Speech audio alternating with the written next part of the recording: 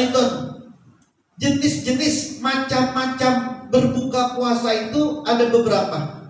Yang pertama, ma yalzamu fihi al-qada wal fidyah wa huwa isnani. Yang pertama adalah sesuatu yang wajib diqada dan wajib bayar fidyah. Ini dua. Orang yang wajib mengqada puasa dan wajib membayar fidyah, ini dua orang ini. Yang pertama, al-iftaru li khaufin ala ghairihi. Berbuka karena takut atas orang lain. Ada orang berbuka puasa, tapi berbuka puasanya ini karena takut terhadap orang lain. Maka dia wajib membayar qada, dia baik-baik mengqada puasa sekaligus membayar fidyah. Apa contohnya? Contohnya orang lagi menyusui, ibu-ibu lagi menyusui. Dia nggak mau puasa. Udah saya nggak puasa. Kenapa nggak puasa? Kalau saya puasa nanti anak saya bisa kelaparan ini. Karena saya nggak puasa, ASI saya nggak keluar. Yang dia takutin bukan dirinya, tapi yang dia takutin adalah orang lain, yaitu anaknya. Kalau dia takutnya sama orang lain, bukan sama dirinya, dia qada dan wajib fidyah. Tapi kalau dia takutnya sama dirinya sendiri, kenapa kok nggak puasa? Lagi nyusuin. Saya kalau puasa bisa bahaya ini, bisa begini. Dia mengkhawatirkan dirinya, bukan karena anaknya. Justru itu cuma qada, tidak wajib bayar fidyah. Kenapa bisa begini? Karena urusan rezeki orang bukan urusan dia, itu mah urusan Allah. Kalau dia mengkhawatirkan rezeki orang lain, maka justru dia mendapatkan hukuman berupa bayar fidyah. Sama kayak lagi hamil. Lalu kenapa nggak puasa? Nanti kalau saya puasa bayi saya nanti kelaparan nih, kurang gizi nanti nih. Kalau saya puasa nih, dia takut sama bayinya, bukan sama dirinya, sama bayinya dia takut. Maka dia wajib mengqada sekaligus dia juga wajib membayar fidyah. Itu yang pertama.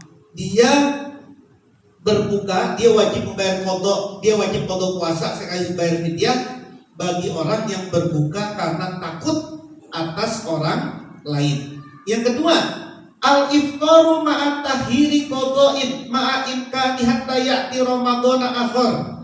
Yang kedua adalah tidak puasa sebab mengakhirkan qada'nya, padahal dia mampu sampai datanglah Ramadan berikutnya. Contoh. Ramadan yang lalu dia batal, dia punya hutang. Sampai Ramadan sekarang dia belum bayar. Udah masuk Ramadan sekarang. Maka bukan cuma dia bayar qada nanti tuh, itu bukan dia sekedar qada, tapi dia juga wajib membayar fidyah. Jadi bukan cuma qada. Kalau dia puasa Ramadan kemarin batal, lalu kemudian dia bayar sebelum masuk Ramadan hari ini, bulan tahun ini, maka dia cukup mengqada puasanya. Tapi kalau sampai Ramadan ini datang dan dia masih punya hutang, maka dia nanti wajib mengqada sekaligus membayar fidyah. Kenapa? Itu kan waktunya masih luas. Kenapa nggak dibayar qadanya? Justru membayar nggak selesai utang puasanya, maka dia wajib membayar fidyah. Nah, membayar fidyah ini bagi orang-orang tertentu, udahlah bayar fidyah aja lah daripada gue puasa. Fidyah kan paling cuma satu sok, sekali makan saya taruhlah 50.000. Ya udah 50.000 saya utang puasa 7 hari, 7 kali 50.000 cuma 350.000, daripada gue puasa gue bayar aja lah. Itu berarti menganggap enteng gitu. Padahal dia mampu memilih untuk bayar, udah bayar aja lah, udah bayar aja daripada puasa-puasa capek, gue bayar aja dah. Padahal dia mampu gitu. Nah itu nanti ada hukumnya sendiri. Tapi bagi orang yang seperti itu, orang yang sudah kelewat setahun belum bayar hutang, udah lewat setahun nih, udah belum bayar hutang puasa, maka dia wajib bayar hutang puasa sekaligus bayar fidyah.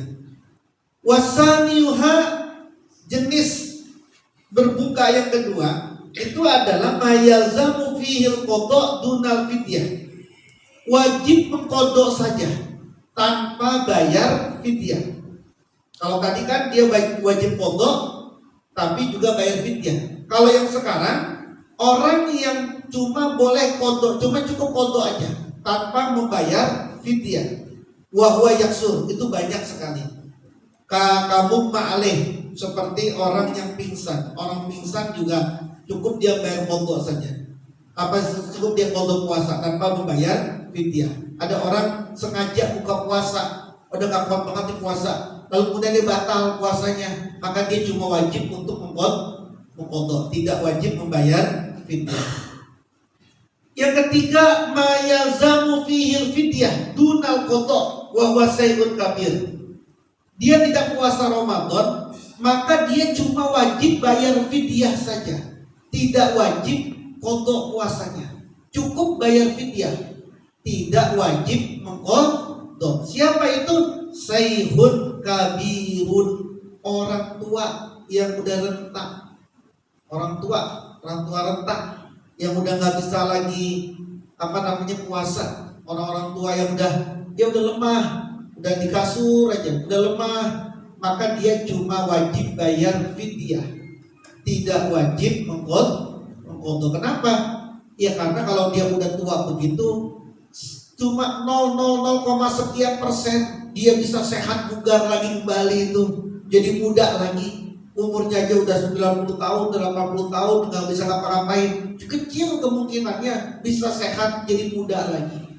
Jadi bagaimana dia mau mengkodok secara manusiawi, secara alami? Dia udah tua, kapan dia mengkodoknya? Orang sekarang juga udah tua renta begini kok gitu. Maka dia cuma wajib bayar fidyah, tidak wajib kodok. Yang keempat, la walala, tidak wajib kodok, tidak juga wajib bayar fidyah. Siapa itu? Al-majnun allazi lam yata'adda bi jununi. Orang gila yang tidak sengaja gilanya. Bukan sengaja gilanya. Ada yang sengaja gila, ada orang yang sengaja gila itu diminum apa segala macam yang buat dia gila. Ini kagak sengaja gilanya. Gitu. Nah, dia nggak wajib kodok, juga nggak wajib fidyah. Nah, jadi ada 4 nih terkait dengan orang yang batal puasanya. Yang pertama tadi, wajib mengkodok juga bayar fidyah bagi orang yang tadi takut sama orang lain, kemudian dia batal puasa. Yang kedua, dia cukup membayar kodok saja, dia cukup kodok puasa saja, tidak wajib bayar fidyah. Yang ketiga, dia wajib bayar fidyah saja, tapi tidak wajib kodok puasa. Yang keempat, tidak wajib kodok, juga tidak wajib bayar fidyah.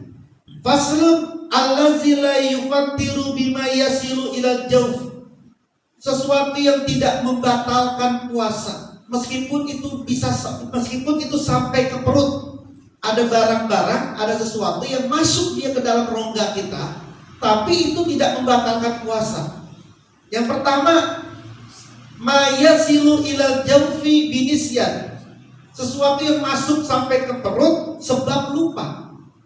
Makan udah 2 piring lupa, nggak batal itu puasanya. Jadi mohon Anda dilupakan saja sama Allah.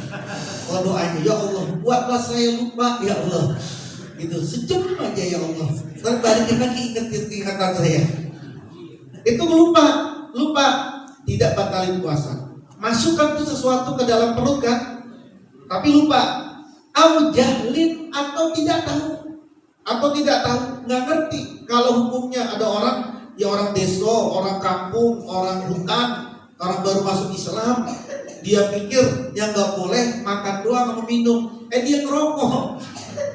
Loh, emang batal ngerokok ya? Kan nggak makan nggak minum ini, dia ngerokok aja, dia nggak tahu. Dia nggak tahu karena memang bukannya dia kagak mengaji, kagak ada pengajian juga di situ. Hutan, kagak baru masuk Islam, dia belum belajar apa-apa, dia ngerokok aja. Maka itu tidak batalin puasa. Au ikrohin, atau dipaksa kita, ayo buka enggak, kalau nggak buka pokoknya dipaksa gitu. Anda makan maka boleh. Jadi bikin skenario aja.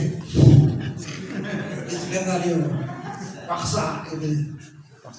Dipaksa. Kalau dipaksa maka tidak. Jadi ada orang ditodong, makan nggak? Kalau nggak makan bunuh nih. Kalau nggak makan diapain? Dipaksa gitu. Maka boleh dia. Yang keempat, wa bijarayani rikin mimma baina asnanihi wa qad ajaza an majjihi li uzrihi. Apa mengalirnya ludah di antara gigi-gigi kita dan sulit untuk mencegahnya. Kan kita punya liur nih, kan kita telan itu nggak batalin puasa, gitu ya. Itu nggak batalin puasa. Kenapa? Karena itu air liur yang keluar dari sela-sela gigi. Tapi kalau dia ada rasanya, fa iza sariba qahwah qabilal fajri wa baqiya asara khalifah ba'da. Kalau dia minum kopi sebelum sholat subuh dan masih tersisa bekasnya setelah sholat subuh, fa in bala arikol mutaghayyir biha amdan ma qudrati ala majjihi afṭara wa illa fala. Kalau kemudian dia habis sholat subuh, dia kan sebelum sholat subuh minum kopi, sebelum imsak belum kumur-kumur lagi, belum sikat gigi lagi, langsung aja habis kopi dipepet-pepetin banget subuhnya nih. Wah 5 menit udah pepet-pepetin banget, kagak pakai cuci mulut lagi sholat subuh masih ada sini ludahnya ini dia ketelan, kan ada liur, kemudian dia telan. Ketika dia telan tuh ada dikit-dikit rasanya tuh. Tadi kopinya aftoro batal ya dosanya. Itulah makanya ada istilah imsak. Imsak itu nggak ada di zaman Nabi. Imsak itu bid'ah. Imsak itu nolongin kita loh itu. Imsak itu 10 menit sebelum waktu subuh. Dikasih rambu-rambu sama ulama. Jangan dibentur-benturin sama dalil-dalil. Wah ada Nabi itu imsak itu bid'ah itu. Itu dijagain ulama. Ulama tuh ngejagain kita 10 menit sebelum subuh imsak. Hati-hati. Dah 10 menit nih. Dah langsung gosok gigi, cuci muka, cuci mulut, semua bersihin semua. Dan duduk menjelang subuh. Bisa dapat beberapa ayat, bisa dapat beberapa zikir itu. Sholat subuh udah segar semua ini. Kalau nanti ada ketika sholat subuh telan ludah, itu udah aman. Itu imsak itu. Kalau nggak ada imsak gimana coba? Dia makan aja. Tiba-tiba lagi makan azan subuh. Kan repot sih kalau begitu. Padahal udah dikasih enak loh sama ulama itu. Ulama tahu kita ini orangnya, manusia orang Islam itu rata-rata agak teledor. Udah dikasih rambu-rambu, ada imsak. Kalau imsak masih boleh makan, masih boleh minum, boleh. Masih boleh, imsak itu masih boleh makan, boleh minum, cuma boleh nahan aja. Tapi hati-hati, ada jangan ngopi-ngopi lagi, udah tiga subuh, 3 menit, 2 menit mau azan, masih aja ngabisin kamu diketahui ngopi. Habis itu nggak ada kumur-kumur, nggak sempet lagi kumur-kumur, sholat, lalu kemudian lagi sholat, setelah subuh atau lagi sholat terasa nelan ludah, lah ada kopinya tadi masuk di aftoro, batal puasanya ini. Ya, tapi kalau nggak ada rasanya, kalau memang tadi alami maka tidak batal. Yang kelima, mawasala ila jawf wa kana gubarat tariq, yang masuk ke perut dan tidak batalin puasa, debu jalanan. Ada lagi naik motor terus masuk debu, ya nggak apa-apa itu, nggak batalin puasa. Lagi naik motor mau apa terus ada debu masuk ke sini kan, nggak, itu nggak batalin puasa. Yang keenam, yang selanjutnya mawasala ilai wa kana gorbalan tadakik, yang masuk ke perut itu berupa ayakan tepung atau semacamnya, gilingan-gilingan, sesuatu yang digiling, lalu kemudian ada lewat, masuklah, gitu ya. Ada lagi lewat gilingan kopi, lalu kemudian masuk dia ke mulut Anda, itu tidak membatalkan puasa. Au zubaban qa'iran au nahwahu, atau lalat yang lagi terbang, atau nyamuk, atau lagi menguap, masuk tuh, itu nyamuk masuk, maka itu tidak membatalkan puasa. Wallahu a'lamu bishawab. Nas'alullahal karim. Kita mohon kepada Allah yang Maha Mulia bijahi nabiyil wasif, dengan kemuliaan nabinya Allah yang mulia, ayyukhrijani minad dunya muslimah. Allah mudah-mudahan mengeluarkan kita dari dunia dalam keadaan Islam. Wa walidayya wa ahibbai wa man ilayya intama, juga untuk kedua orang tuaku, para kekasihku, dan semua orang yang sampai nasabnya kepadaku. Wa yaghfirli wa lahum muqahimatin. Allah mudah-mudahan mengampuniku dan mengampuni mereka dari semua dosa-dosa besar, walama, dan dosa-dosa yang tersembunyi. Wa sallallahu ala sayyidina Muhammadin Muhammad ibni Abdillah ibni Abdul Muttalib ibni Hasim, Rasulillahi lakafatil khalqi, Rasulil malahim habibillah al-fatih al-khatim, wa ala alihi wa sahbihi ajma'in, walhamdulillahi rabbil alamin. Sanad kitab Safinatun Najah karya Habib Al-Faqih Salim bin Abdullah bin Sa'ad bin Samir. Aku mendapatkan ijazah kitab ini dari guruku Syekh Kiai Haji Muhammad Zubairi Musli, Jatirjo Barat, Jombang. Beliau dari Kiai Khalil bin Abdul Hadi Sukupuro, Jombang. Dari Syekh Alamuddin Abdul Faid Muhammad Yasin bin Muhammad Isa Al-Fadani Al-Maki. Beliau dari Al-Imam Ad-Da'ilallah Al-Mu'ammar As-Said Ali bin Abdurrahman Al-Habasi Al-Kuitangi, dan dari selain beliau. Beliau semua dari Said Usman bin Abdullah bin Akil bin Umar bin Yahya Mufti Betawi. Dari pengarang kitab Al-Habib Al-Faqih Salim bin Abdullah bin Sa'ad bin Semir. Aku juga mendapatkan ijazah kitab ini secara umum dari guruku Kiai Haji Abdul Hamid bin Abdul Halim Ad-Dari, Jakarta. Beliau dari Syekh Alamuddin Abdul Faid Muhammad Yasin bin Muhammad Isa Al-Fadani Al-Makki. Beliau dari Al-Imam Ad-Da'ilallah Al-Mu'ammar As-Said Ali bin Abdurrahman Al-Habasi Al-Kuitangi.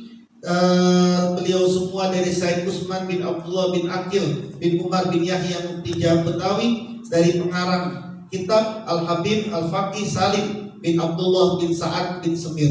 Semoga Allah meridhoi dan merahmati mereka, mengembalikan kepada kita keberkahan cahaya ilmu dan rahasia mereka. Amin ya rabbal alamin. Al-Fatihah. A'udzubillahi minasyaitonirrajim. Bismillahirrahmanirrahim. Alhamdulillahirabbil alamin. Arrahmanirrahim. Maliki yaumiddin. Iyyaka na'budu wa iyyaka nasta'in. Ihdinas siratal mustaqim. Siratal ladzina an'amta 'alaihim ghairil maghdubi 'alaihim waladdallin. Amin.